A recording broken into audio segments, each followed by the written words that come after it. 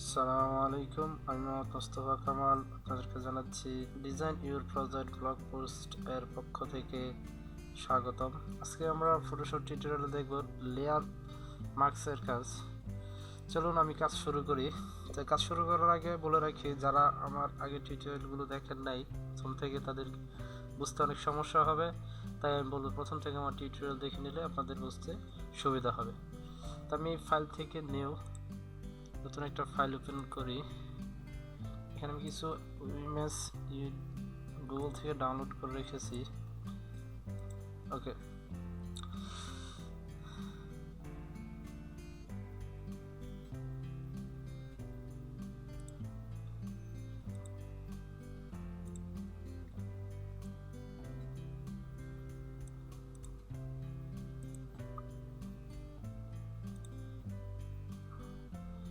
হ্যাঁ, file open হলো। এখন এই ফাইলগুলোতে আমরা লেয়ার মার্কসের কাজ করব। তো আমি এটিগুলো আনলক করে নিই, যাতে আনলক করে নিই। আমি একটা নিউ ফাইল থেকে নিউ ওপেন করি। এটা আমি ট্রান্সফান্ডে রাখলাম, ব্যাকগ্রাউন্ড কালার সাদা দিয়ে দিলাম। এই ফাইলটাকে আমি কপি করি, ঠিক এখানে পেস্ট করে দিলাম। কন্ট্রোল ট্রির সাহায্যে অল্টার শিফট ধরে দুটো দিক থেকেই সমান আকার ছোট হবে।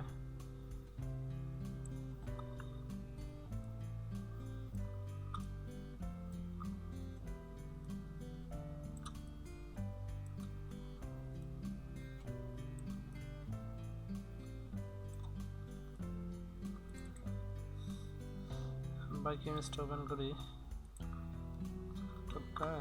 কন্ট্রোল সি, কন্ট্রোল ভি করি, কন্ট্রোল ট্রি দিয়ে এটাকে ট্রান্সফর্ম করে নেই।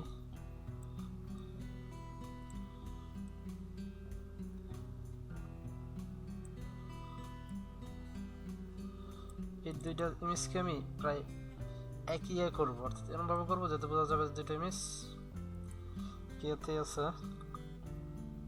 এটা করার জন্য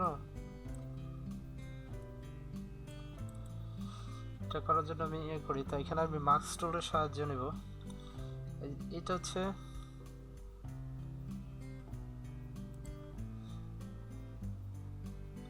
এই টুলটা হচ্ছে, এটাকে বলা হয় মার্কস টুল। মার্কস টুলের সাহায্যে আমি কাজ করবো। তো চলুন, মার্কস টুল এটার উপরে রাখলাম। সিলেক্ট রাখা অবস্থায়, লেয়ারটা সিলেক্ট অবস্থা রাখাই মার্কস টুলে ক্লিক করলাম। দেখুন যে এখানে একটা সাদা লেয়ার আসলে মার্কস হলো। তো এখন আমাকে ব্যাকগ্রাউন্ড কালার এবং ফোরগ্রাউন্ড কালার সাদা এবং কালো আছে, আমি এটাকে যদি কালো করে দিই, অর্থাৎ এই রাইটে এই আরো কিউর মাধ্যমে অথবা কিবোর্ড থেকে ডি চাপলে হবে। তাহলে এটার জন্য আবার এক্স চাপতে হবে কালোটা ফোরগ্রাউন্ড পাওয়ার জন্য এবং লালটা এই সাদাটা ব্যাকগ্রাউন্ড কালার পাওয়ার জন্য। তো এখান থেকে আমি একটা ব্রাশ টুল সিলেক্ট করি। ব্রাশ টুল সঙ্গে আগে দেখানো হয়েছে। এখান থেকে আমি একটা সফট ব্রাশ নিলাম, সাইজটা একটু বড় করি। দেখুন এখন যখন আমি করি কাটতেছে, স্মুথলি আকারে কেটে যাচ্ছে।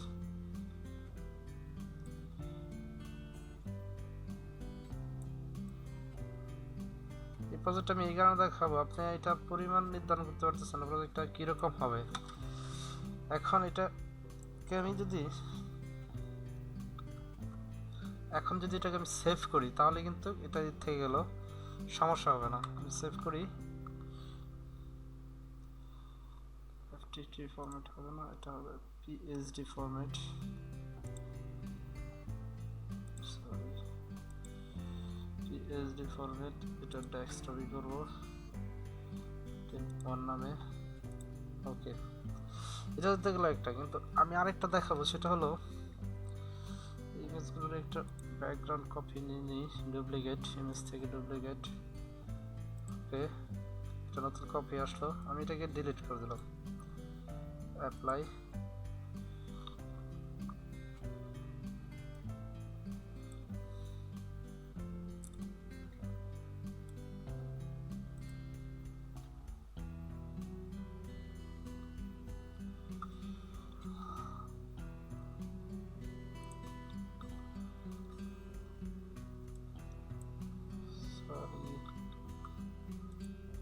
রাখা অবস্থায় ঠিক সাদা করে দিলাম।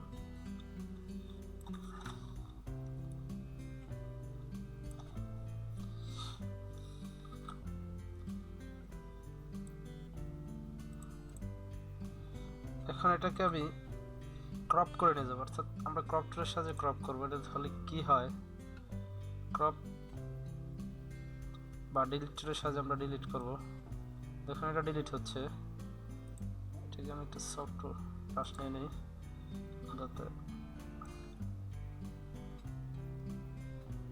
তফাৎ দেখানোর জন্য আমি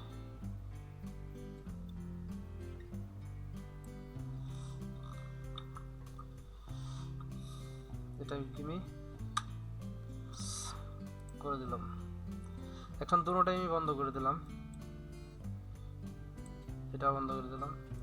এখন ফাইল থেকে আমি দুটোটা ওপেন করলাম, এটা ওপেন করলাম, তারপরে এটা ওপেন করলাম। এখন দেখুন এটা আপনার চাইলে কিন্তু আর এটা ব্যাগে নিয়ে আসতে পারবেন, এটা কিন্তু সেভ হয়ে গেছে। কিন্তু আপনি যদি চান, এই যেটা আমি লেয়ার মাস্ক, এই যে লেয়ার মাস্কটা যোগ করেছি, সেটাকে কিন্তু আপনি ব্যাগে আবার আপনার আগের অবস্থায় ইমেজ আগের অবস্থায় নিয়ে আসতে পারবেন। এই জন্য আমাকে ব্যাকগ্রাউন্ড কালারটাকে কালো করতে হবে, ফোরগ্রাউন্ড কালারটা সাদা করতে হবে, ব্রাশ টুল সিলেক্ট রাখতে হবে। সিলেক্ট করার পর এই যে লেয়ারটাতে ক্লিক রাখতে হবে, লেয়ারটাতে ক্লিক রাখার পর দেখুন এই যে আমি এটাকে ফেরত আসতে পারছি। কিন্তু এখানে যদি আমি করি এটা কোনো অবস্থাতেই হবে না, দেখুন এটা অন্য একটা কালার হচ্ছে। তা আমি বলবো যে আপনারা যখন কোনো ইয়েতে কাজ করবেন তখন এই লেয়ার মাস্কের কাজটা বেশি ইউজ করবেন। যখন আপনি নির্ধারণ করতে পারবেন না যে আপনার প্রজেক্টটা কীরকম হবে, অর্থাৎ একটা আইডিয়ার উপর করতেছেন, তখন এই লেয়ার মাস্কের কাজটা বেশি ব্যবহার করাই ভালো।